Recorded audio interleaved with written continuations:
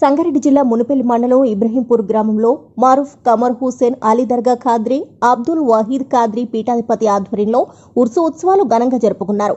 ఉషులే షరీఫ్ చాదర్లు పువ్వులు సమర్పించారు. ఈ కార్యక్రమంలో చుట్టుపక్కల ఉన్న గ్రామస్తులు భక్తులు వేలాది మంది భక్తులు పాల్గొని విజయవంతం చేశారు. అనంతరం గంధం కావలితో ఊరేగింపుతో దర్గాకు భక్తులు రావడం జరుగుతుందన్నారు. అన్నదాన ప్రసాదాలు స్వీకరించారు.